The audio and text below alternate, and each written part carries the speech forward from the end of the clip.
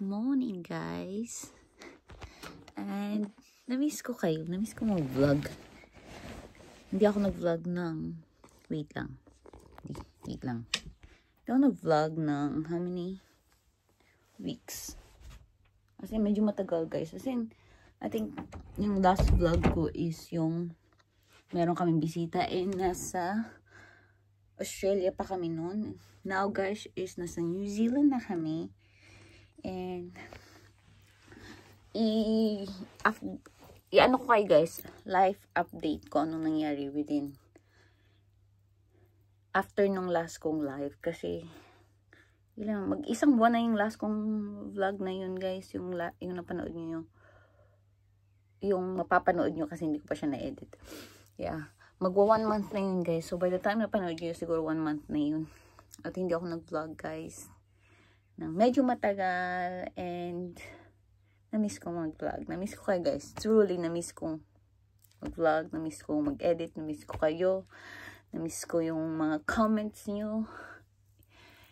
And yeah, so mag-ready lang ako sandali kasi baka dumating na si Tony. Kasi kukunin niya ako for lunch. And then habang kung wala pa siya, mag-story time ako. So mag-ready lang ako. Mag-ayos lang ako ng mukha. At least ready na ako pagdating na asawa ko, guys. Babat. Balikan ko kayo soon. Wait lang. Okay. Nakapag-ayos na ako, guys. Nandito na din actually si Tony sa baba. Hindi lang ako makakita. So, mag-glasses tayo. Panira ng aura, but that's okay. Yeah, so nangyari is yung last nyo napanood ko yata is yung before na may bisita, right? Tapos dumating yung bisita, kumain lang kami, nag-inom ng buong weekend kasi sa Ladag, guys, dumating. So yun yung ginawa namin, kain, inom mostly. Tapos yung family bonding. So insert ko dito yung picture namin na buong pamilya nagpicture. Nag-barbecue lang kami. Tapos afternoon, guys, nag-start na yung mga stress. Puro stress na yung next. Afternoon, nagka-problema kami sa flight. So, kasi nagkaroon ng bagyo yung New Zealand. So, na-stuck kami ng 2 days sa bahay, naghihintay ng flight. Tapos, nag-fly kami ng Melbourne. Tapos, na-stuck kami sa Melbourne ng 1 night. Tapos, after nun, guys, nakadating kami sa Wellington. First time ko, guys, first time kong mag-land dun. And insert ko yung mga videos and videos siguro, 3 videos nung palanding dun.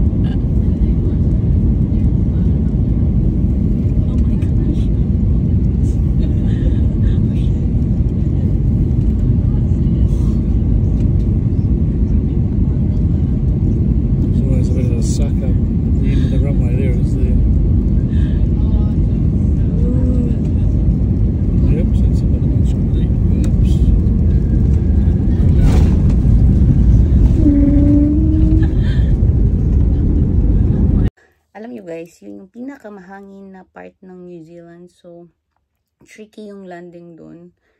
And, sobrang alog. Pero, ang ganda ng view. But, yeah, sobrang windy lang talaga yung ano na yun, yung part ng New Zealand na yun. So, yun. And then, after nun, family reunion kami. So, kasama namin si kuya. Pinick up namin si kuya sa pinick up lang namin si kuya kasi galing siya dito ng Christchurch. Lumipad siya ng Wellington. Tapos kami is from Melbourne to Wellington. So, doon na kami nagkita sa Wellington. And, pinick up namin si kuya. Nagstay kami sa isang Airbnb. Ang cute. Sobrang cute. Hindi ko na-vlog, guys. Parang sayang tuloy na hindi ko na-vlog, no? Ang ganda doon. Ang ganda nung na book namin. So, nagstay kami doon ng 3 nights, 4 days. Kasi, family reunion. Yung family reunion nito ni guys, sobrang laki, sobrang dami nila. Kasi Catholic, madaming salamin ko. Kasi Catholic family sila guys. So, yung lolo niya, 10 sila magkakapatid. Tapos, yung 10 nun, may mga anak sila, usually 6, 7. Yung mga ganun, like sila nito ni 6 silang magkakapatid. Yung pinsan niya, 7 sila magkakapatid. Parang ganun ba? So, sobrang laking family. Siguro, yung umati ng reunion guys is 120 lahat. And ang daming hindi pumunta. So siguro yung family nito nilang as in family alone is feeling ko nasa 250 to 300. Yung kasi dito pa lang sa Christchurch ang dami na nila eh. So feeling ko ganun kadami yung family niya kung umaten lahat. And yes, insert ko din yung mga videos. Wala akong masyadong pictures, videos lang ng mga, kasi i-story ko sana, but insert na lang natin dito kasi nga hindi ako nag-vlog.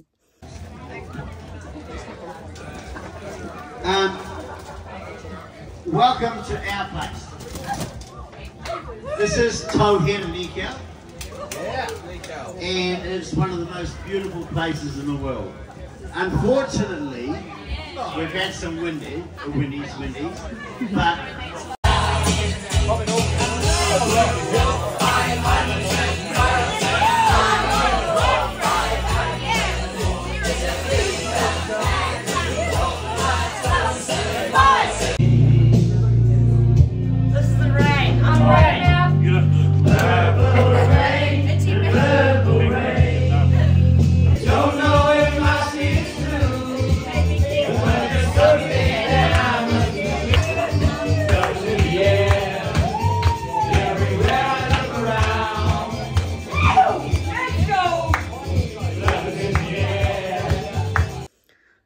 pictures na kay kuya hindi ko nakuha.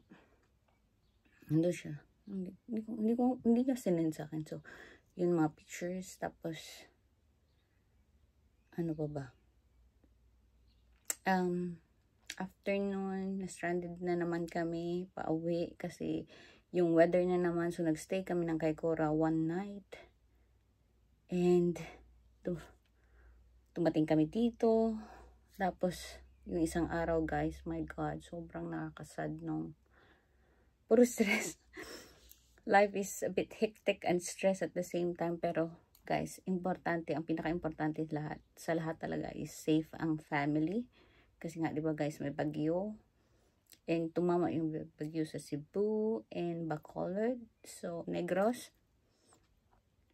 So, kasama yung family ko doon guys sa mga, sa mga nasalanta. So, yung bahay ng kapatid ko, wala siyang bubong. As in, naiyak ako nung nakita ko yung bahay niya. But, importante safe. Yun yung pinaka-importante sa akin. Yung kubo na pinapagawa ni tatay, as in, bagong-bago lang yun, guys. Nag-send siya sa akin ng picture nung Friday. Kakakabit ng bintana. Nung Tuesday, yung bagyo, nawala lahat. Bubong,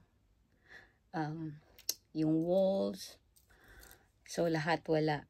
Then yung mga pinsan ko, mga wala silang bubong, tito ko, kapitbahay, halos lahat guys, halos lahat. Ang nakakaiyak kasi nakikita mo, like first time ever yun guys sa amin, sa Bacolod na ganun kalakas yung bagyo. So, pero mas nakakapanglumo makita yung sa Cebu guys, diba? Kasi grabe, as in grabe yung Cebu. But yun, so, hanggang ngayon wala silang kuryente, 1 week na sa bahay. Pero, nakahanap kami guys ng generator, pero sobrang layo, nasa Iloilo pa, and pahirapan, sobrang stressful maghanap, but meron na. So then nag-start na din silang magbili ng mga materials para sa mga bubong. Yung bahay namin guys, okay lang. Yung tatay ko meron siyang, naalala niyo bumili ako ng lupa, pinatuyuan niyo yung guys ng bahay, yun yung sinasabi ko. Pero yung bahay namin, personal, yung bahay talaga namin is walang damage guys. Yung dirty kitchen lang, walang bubong, but okay lang yun. Kasama yung dirty kitchen, yung bahay ng kapatid ko na naubos. So yun. But yeah, ganun talaga. And ngayon may bagyo na naman na parating. So ingat-ingat tayong lahat. Anyway, nagugutom yata yung asawa ko guys. So baba ako sa baba, papakainin ko lang siya. And balikan ko kayo soon. I think nasa baba siya. Tignan natin siya sa baba. No? Pat naka-ready na din ako. Inayos ko na yung sarili ko. Ready na for kakain sana kami. Akala ko kakain kami sa labas guys, pero kakain lang daw kami dito. Hindi ko alam sa kanya, but kahit ano okay lang. Baba tayo sa baba. Let's go. Where's Manila? Over here. Oh yeah, that's Manila. Directly east, but I think it's going to go. Tarlac Baguio. 2 days ago it was landing here. Yeah. Right over Beer, so I don't know. Is it more? Oh, it still is, yeah. It's tracking north, yeah. Oh, it's going to the top. Yeah. What's that? At the top there. What's that? Where, can you, Baler? That's Santiago. It's Beer. Baler. There's Baguio there. Yeah. Yan, yung susunod na typhoon. Nakakaloka. And Someone is guilty. What happened to my chocolate? there's plenty of your chocolate left. More than you need. I only had one, and then now it's more than half. No, it's a half. Guilty. Is that Coke today's or yesterday's? Or Where did you get it? It was by my bed. Oh, yesterday. Oh, I took it. You did bring that for like sleep time. Oh, it's mine. Yeah. Oh, jeez. Yeah, right. Kain tayo sa labas guys. Tapos bili tayo ng tinapay for dinner mamaya. Yung toasty yung dinner namin. Kasi Sunday. You got shoes on? Yeah, put my shoes. Kuha ko ng bag and then shoes. Yeah, okay, we need to wash this car. Oh my god. Ang dumi guys. Ang dumi-dumi. Ang kalawa. Huh? Tagal naman ito. Naglalagay pa siya ng kanyang phone. Wala si kuya. Hindi ko alam kung nasaan na siya. Bye baby. Kalimutan ko kayo guys. Sana hindi nabulak si Tony as cashew nuts and chicken. Dito kami sa restaurant ng friend namin. Wala pa akong steak akin. Pero may milk tea. It's good. Kita ko yung mga cashew nuts. Yeah, I mean my small steak and but not a big steak. So, naging steak talaga yung aking dinner. May kain tayo. So, Western yung food ko kay Tony. Asian. Steak. Guys, nakalimutan ko. Nag-vlog pala ako, no? Galing na kaming pub. We went to pub? What time we went? 4 o'clock. Now it's 6. Nakasanis pa ako 6 o'clock kasi maliwanag po guys. And bumili lang kami ng bread and apple juice sa supermarket. Then we're going home for toasted sandwich. Mas maaga kami tonight umuwi kasi malamig. Kasi Malamig guys. It smells good. What smells good? Yeah, medyo malamig. Aray. Malamig talaga. May hangin. What's up? Luto tayo ng dinner. Si kuya iniwan namin. Kasi mamaya pa yun siya. Okay. Uwi na tayo guys. When we wake up in the morning and I'm going to golf. You going to golf tomorrow? Yeah. Tomorrow? Tomorrow. Yeah. So don't forget to say to me, golf club's husband. Golf club husband. You playing with Because Paul? for the first time in a year, they're not in the car. Yeah, we're just going to go. You guys after the race? Yeah. Okay. Yeah. Right. Bakit? Parang, Aircon off. is my face oily? I mean, like oily? Bakit sa camera oily? I feel like my face When is... is your face ever oily? I don't know. I feel it. See, look, like can you see it on the camera? Just glowing a bit. Yes, glowing a bit.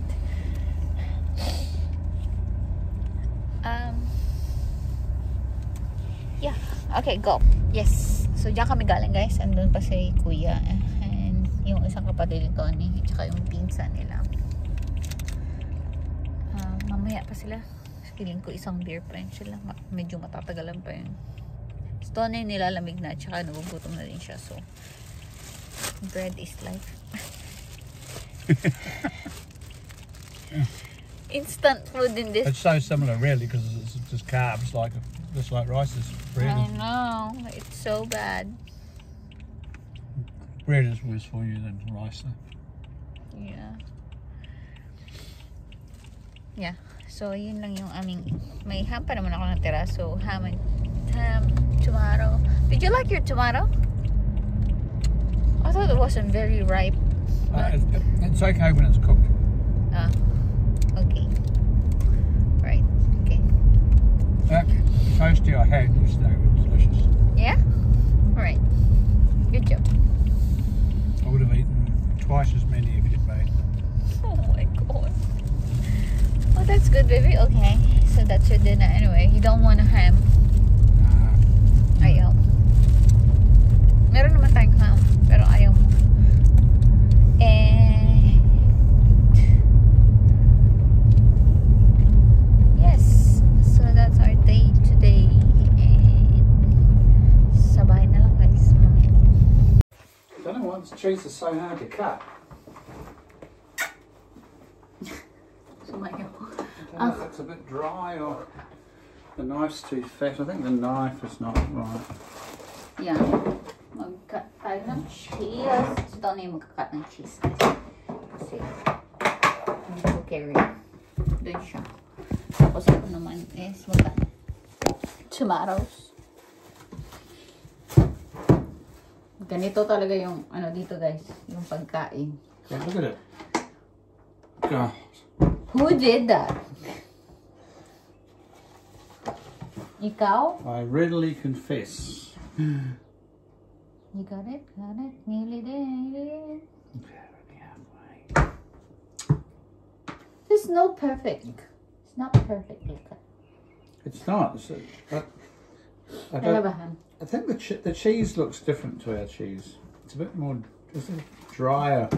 Their cheese here is a lot different, is what you're A saying. little brittle. Well, it shouldn't be. It's the same company. Yeah, exactly. Onion, Oh, use that up and then we'll cut some. onion burgers, pork something, bacon, sausage. Onion burger. What's an onion burger? I have no idea. Is that what it said? Oh, burger with onion? No, I'll just leave this out for now. Okay. Okay. Cut my tomato. This is not. No, I don't use it. Okay. You cut tomatoes.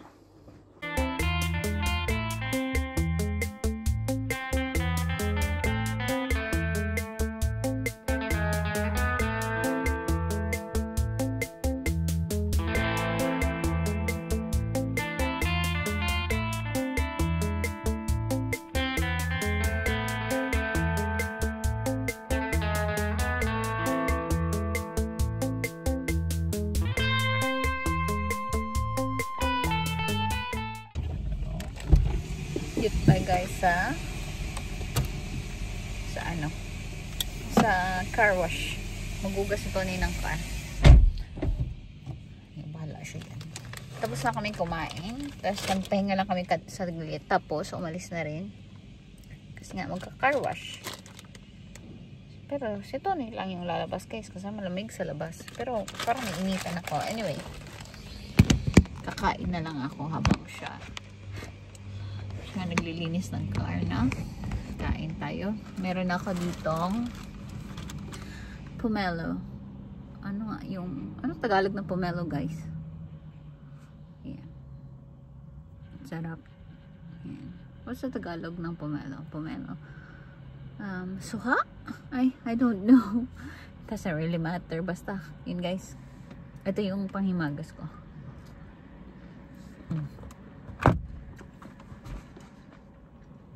Time check is now anong oras ba?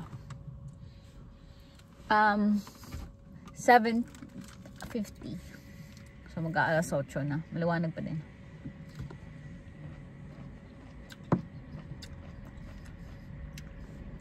And yun lang yung updates guys.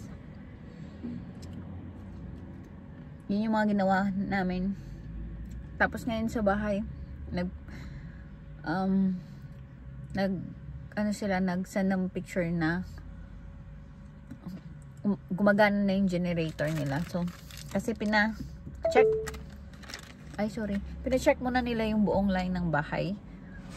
Na-make sure nila na walang parang nahilo. Kasi gumagalaw kasi pala yun. So, make sure nila na walang open wire or mga wiring bago nila pinandar yung generator. Tapos pina-install din nila yung nakakonect na siya sa circuit breaker para on and off na lang guys pag gamit ng generator. Yun. So wala pa rin kuryente. And matatagalan pa. Yung kapatid ko sabi niya nandun na yung mga lineman o yung naggagawa ng poste. Pero wala silang ginawa guys. Nag-drop lang daw sila ng poste. So mga next week pa talaga sila siguro magkakakuryente. Anyway. May generator naman na. So okay lang sila. Yeah. So yun lang guys yung update. And mag-vlog ako next few days kasi alis kami nito, mag-road trip kami. So yeah, yun na guys for today. Na-miss ko kayo and hope na-miss nyo.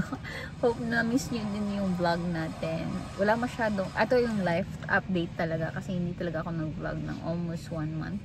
And hindi din ako masyadong nag-post sa social media. I think 1 month din yung last kong post sa social media.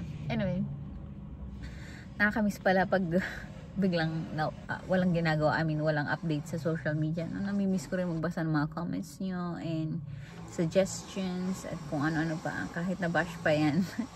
Nababasa ko lahat guys. So, ngayon parang syempre nga wala akong upload. So, hindi ako nakakapagbasa. So, yeah. Anyway, balik upload na tayo. And hopefully, mas soon. Wala kasi masyadong ganap dito sa New Zealand guys. Busy kami dito but usually is family. So, hindi ko naman yun masyadong nabavlog. But yeah, kasi for privacy nila. Pero sa akin lang naman yun guys kasi sila okay lang naman sa kanila. Anyway, yun lang guys. And salamat sa panonood. Mag-vlog tayo yung road trip namin ito. And I'll see you guys soon. Good night. Salamat sa panonood.